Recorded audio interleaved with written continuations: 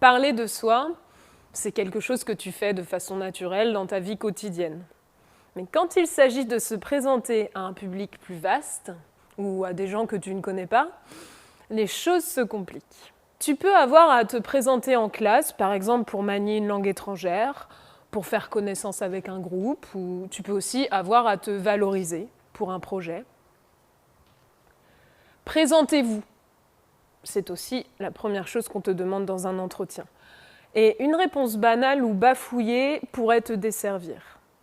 L'objectif, c'est de réussir à parler de ta personnalité et de tes compétences de façon positive, et donc de te mettre en avant. Ça demande de l'entraînement. La première chose, c'est de bien te connaître. Quelles sont tes qualités? Les points sur lesquels il te reste à t'améliorer? Tu dois réfléchir à tes points forts et à tes points faibles, en essayant toujours d'être objectif. Ce qui est difficile, c'est que nous n'avons pas de recul sur nous-mêmes. Essaye au maximum de prendre de la distance par rapport à toi-même, comme si tu avais une photo entre les mains et que tu devais la décrire. Informe-toi sur le contexte. Si tu dois par exemple postuler pour un stage ou un job, ou si tu te présentes pour être délégué de classe, que sais-tu de l'entreprise, du poste, de la fonction que tu vises? En quoi cette fonction répond-elle à tes aspirations? Qu'est-ce qui fait de toi un bon candidat? Pose-toi ces questions. Qui ai-je en face de moi? Qu'est-ce qu'il attend de moi? Montre dès le départ avec conviction que tu es conscient des compétences attendues et que tu les possèdes.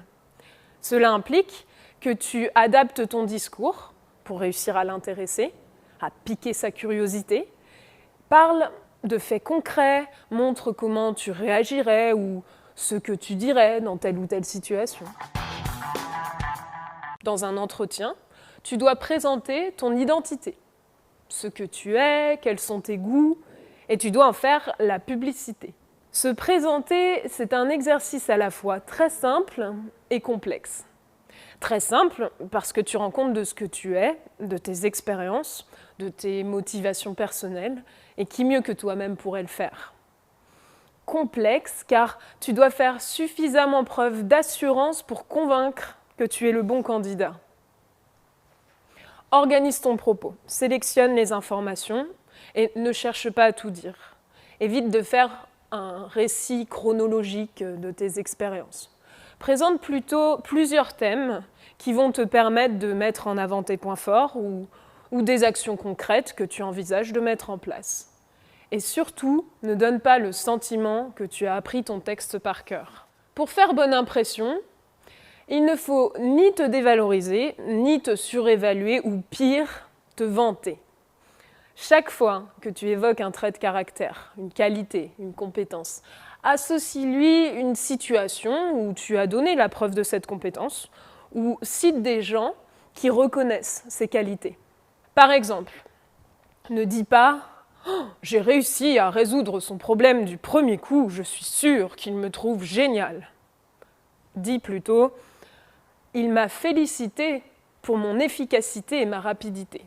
Prends soin de ton apparence. Tu as pu voir dans le tutoriel « Prendre la parole » l'importance du langage non corporel. Pour soigner l'image que tu vas donner de toi, pense à ces détails qui n'en sont pas.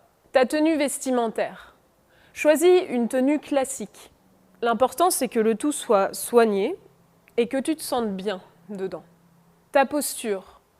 Ne donne pas l'impression d'être trop à l'aise. Tu n'es pas là pour épater, mais pour convaincre. Ne sois pas non plus trop rigide, cela risquerait de braquer ton auditoire. Et enfin, sois attentif au temps de ta présentation. Ne te perds pas dans les détails pour éviter l'ennui. Maintenant, à l'aide de la fiche d'exploitation, entraîne-toi.